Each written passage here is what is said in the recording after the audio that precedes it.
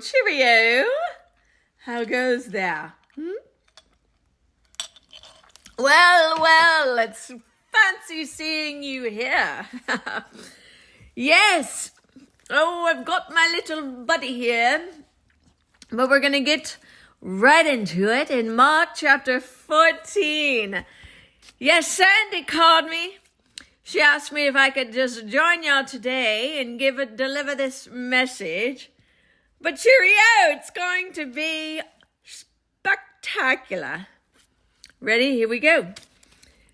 It was 2 days before the Passover in the festival of unleavened bread. Now the chief priests and the scribes were looking for a cunning way to arrest Jesus and kill him.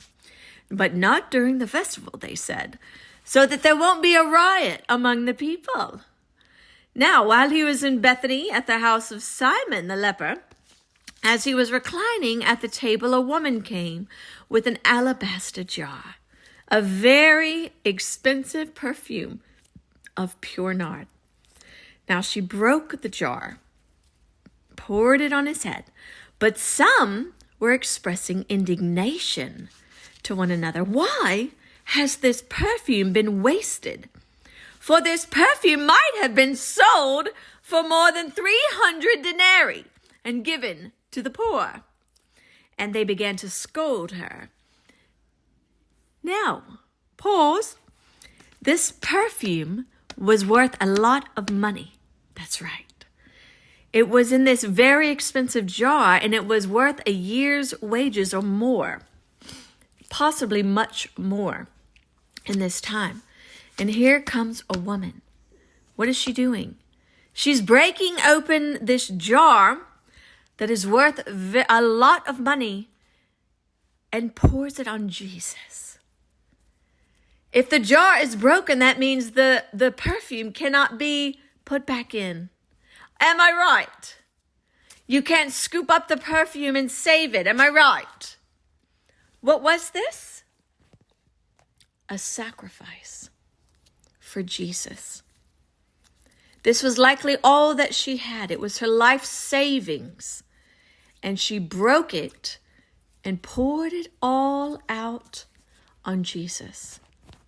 Are you willing to sacrifice something of equal value for Jesus? Jesus replied, "Leave her alone. Why are you bothering her? She has done a noble thing for me. You always have the poor with you, but you don't always have me. She has done what she could. She has anointed my body in advance for burial, and truly, I tell you, wherever this gospel is proclaimed in the whole world, what she has done will be told in memory of her." Pause. I'm here to tell you, folks, no sacrifice for Jesus is wasted. Jesus will remember, and he will reward you. Then Judas Iscariot, one of the 12, went to the chief priests to betray Jesus to them. And when they heard this, they were glad, and they promised to give him money. So he started looking for a good opportunity to betray him. On the first day of unleavened bread, when they sacrificed the Passover lamb, his disciples asked him, "Where do you want us to go and prepare the Passover so that we may eat it?" So he sent 2 of his disciples, and he told them, "Go into the city, and a man carrying a jar of water will meet you there." That's right.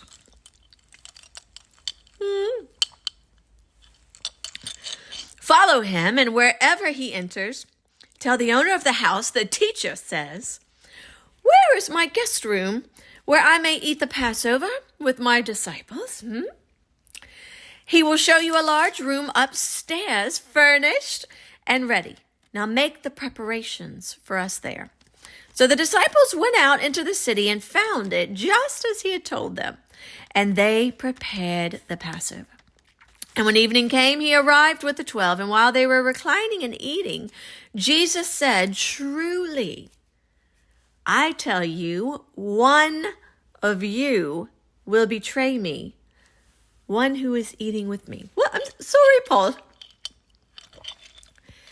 What would you have done if you were one of those there who was eating with him at the time? And he makes this claim, "One of you here tonight is going to betray me."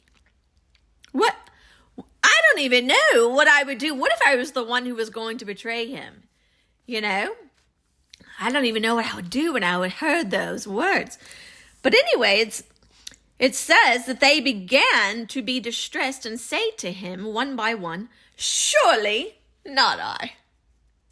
Isn't that what we humans do? "Surely not I. I would never."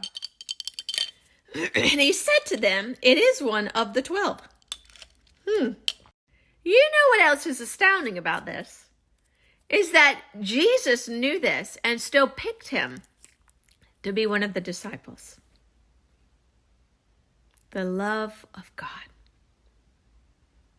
God hadn't had any perfect person working for him yet.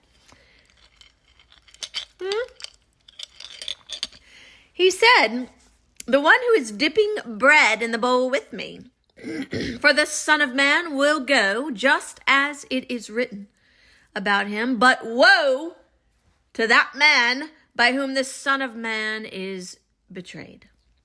It would have been better for him if he had not been born." Now, as they were eating, he took bread, blessed and broke it, and gave it to them and said, "Take this. This is my body." Then he took a cup, and after giving thanks, he gave it to them, and they all drank from it. And he said to them, "This is the blood of the covenant, which is poured out for many. Truly, I tell you, I will no longer drink of the fruit of the vine until that day when I drink it new in the kingdom of God." After singing a hymn, they went out to the Mount of Olives, and then he said to them, "All of you will fall away, because it is written, I will strike the shepherd, and the sheep will be scattered." Who's the shepherd? Jesus. And who are the sheep? The disciples. "But after I have risen, I will go ahead of you into Galilee." And Peter told him, "Even if everyone else falls away, I will not." "Truly I tell you," Jesus said, "today, this very night, before the rooster crows twice, you will deny me 3 times, Peter." But he kept insisting, "No, even if I have to die with you, I will never deny you." And they all said the same thing. Verse 32, and then they came to a place named Gethsemane. And he told you know what Gethsemane stands for? Or I'm sorry, what it actually means? It's the place of pressing. Did you know olive trees grow still today in the Garden of Gethsemane in Israel? The pressing, it's the place of pressing. Because what happens to the olive? How do you get the oil? Because it's not the oil of the olive what is so precious and valuable. How do you get the oil from the olive? The olive must first be pressed before the oil can come, right? And it's interesting that here in the Garden of Gethsemane is where Jesus is going to experience his greatest pressing. Let's listen. He said to his disciples, "Sit here while I pray." And he took Peter, James, and John with him, and he began to be deeply distressed and troubled. He said to them, "I'm deeply grieved to the point of death. Remain here. Stay awake." He went a little farther, fell to the ground, and prayed that if it were possible, the hour might pass from him. And he said, "Abba, Father, all things are possible for you. take this cup from me. But nevertheless, not what I will, but what you will. And then he came and he found them sleeping. And he said to Peter, Simon, are you sleeping? Couldn't you stay awake 1 hour? Stay awake and pray that you won't enter into temptation. The spirit is willing. Oh, but the flesh, it is weak. Once again, he went away and prayed, saying the same thing. And again, he came and found them sleeping because they couldn't keep their eyes open. They didn't know what to say to him. Then he came a third time and said to them, are you still sleeping and resting? Enough! The time has come. See, the Son of Man is betrayed into the hands of sinners. Get up, let's go. See, my betrayer is near. And while he was still speaking, Judas, one of the 12, suddenly arrived. Remember that old traitor? With him was a mob with swords and clubs from the chief priests, scribes, and elders. His betrayer had given them a signal. The one that I kiss, he said, he's the one. Arrest him and take him away under guard. I don't know about you. The one who was to betray Jesus was going to even give him a kiss. So when he came immediately, he went up to Jesus and said, Rabbi, and kissed him. Look at the deception here. Look at the lies, the manipulation, the deceiving.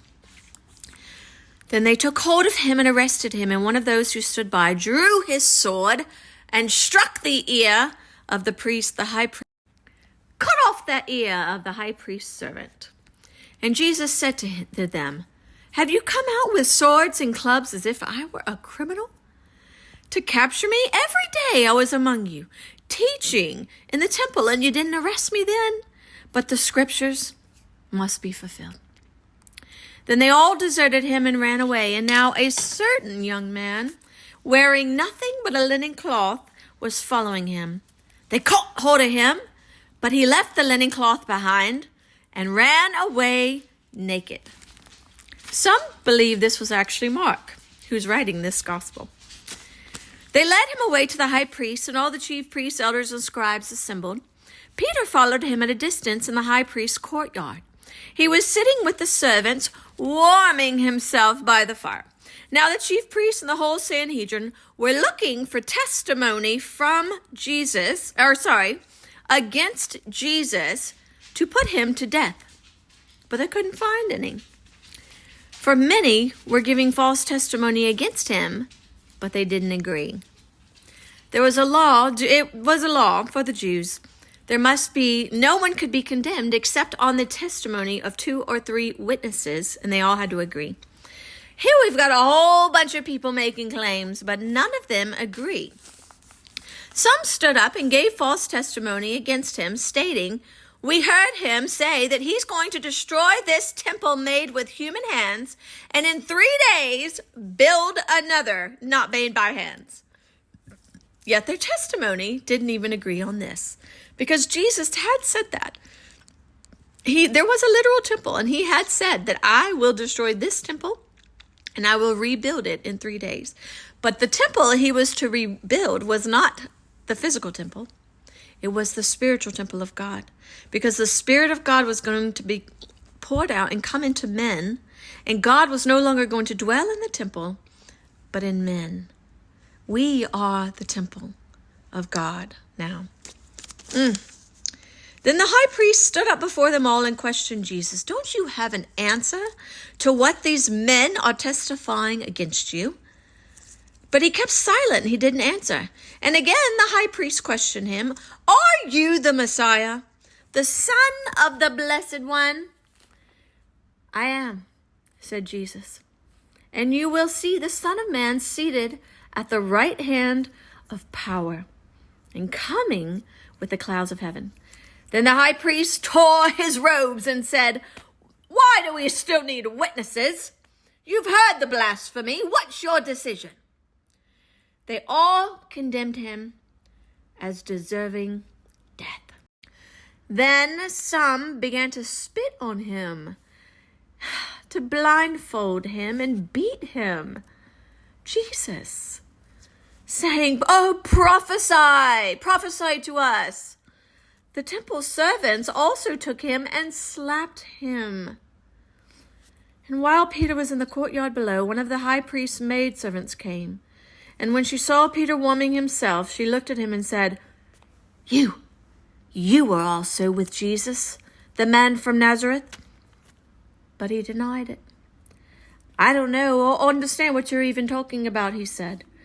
Then he went out to the entryway, and a rooster crowed. When the maidservant saw him again, she began to tell those standing nearby, "This man, he's one of them." But again, he denied it. And after a little while, those standing there said to Peter again, "You certainly are one of them, since you're also a Galilean like them." Then he started to curse and swear. That was the third time he denied him. "I don't know this man, and I don't know what you're talking about."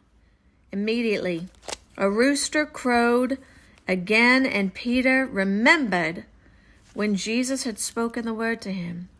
"Before the rooster crows," says twice here, but 3 times in another one, "you will deny me 3 times. And he broke down and wept. Oh, Peter.